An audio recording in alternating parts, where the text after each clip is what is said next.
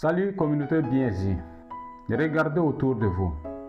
On nous dit toujours que la richesse est ailleurs. Pourtant, l'Afrique est le continent de la prochaine vague de millionnaires. Beaucoup se lancent, mais très peu réussissent vraiment. Pourquoi? Ce n'est pas le manque d'opportunités, c'est le manque de mindset de la richesse africaine. J'ai passé du temps à décortiquer le parcours d'hommes et femmes qui ont bâti d'empires ici. Aujourd'hui, on va plonger dans les vrais secrets, pas de théories ennuyeuses, mais les 4 leçons fondamentales que j'ai apprises des millionnaires africains. Si tu appliques, ce ne serait que la première leçon, ta trajectoire change. Donc reste jusqu'à la fin de la vidéo. Le premier pilier, c'est le mindset, l'art de la résilience. Le premier secret et le plus difficile, c'est d'embrasser l'échec. La route vers la richesse est pleine de nids de poules, surtout en Afrique.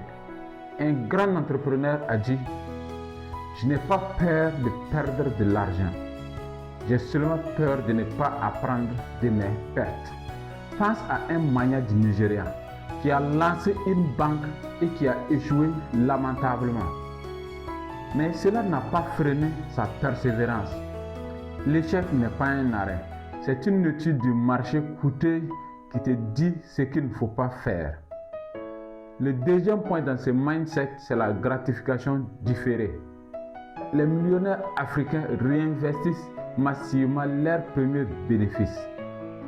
Si tu désires bâtir un empire, tu dois accepter de vivre modestement pendant plusieurs années et laisser ton argent travailler.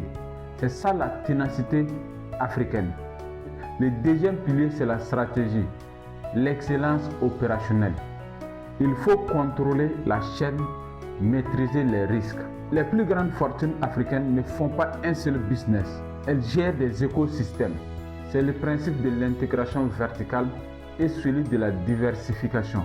Regarde Dangote, il ne fait pas que vendre du ciment. Il possède des carrières, les usines, les camions de transport. En Afrique où les infrastructures sont un défi, si tu ne contrôles pas ta chaîne d'approvisionnement, tu ne contrôles vraiment pas ton destin. Moins tu dépends des autres, plus tu gagnes.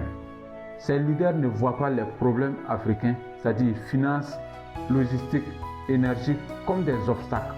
Ils voient ça comme des opportunités d'investissement. Ils prennent des risques calculés pour combler les lacunes que les autres ont laissées. Et l'argent suit la solution au problème. Le quatrième pilier, c'est l'impact, le sens même de l'entreprise. La richesse n'a de sens que par l'impact. C'est le secret qui distingue la richesse africaine, la quête de l'héritage. Un entrepreneur ici sait qu'il est en train de bâtir quelque chose pour sa communauté, pour son pays. Ce qui est intéressant, c'est que la richesse en Afrique est souvent un moyen pour résoudre un problème à grande échelle. Créer des emplois, donner l'accès à l'énergie, développer l'éducation.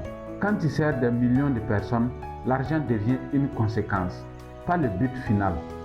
Les millionnaires africains mesurent leur succès non seulement à leur compte en banque, mais aussi au nombre d'emplois qu'ils créent. Résumons rapidement les secrets des millionnaires africains. Le mindset, accepte les échecs et réinvestis tes bénéfices. La stratégie, contrôle ta chaîne de valeur et songe à la diversification. 3. Le leadership, construis une équipe de piliers, pas seulement de suiveurs. Le quatrième secret, vise l'héritage et l'impact social de ce que tu dois créer. Maintenant, c'est à toi. Quelle leçon vas-tu appliquer dès aujourd'hui? Dis-le-moi en commentaire. Si cette vidéo t'a inspiré à penser grand, lâche un pouce bleu. Et surtout, abonne-toi à BNJ Richesse et Leadership Africain et partage la vidéo avec la prochaine génération de millionnaires. Ensemble, nous bâtissons une jeunesse africaine consciente et prospère. À la prochaine vidéo.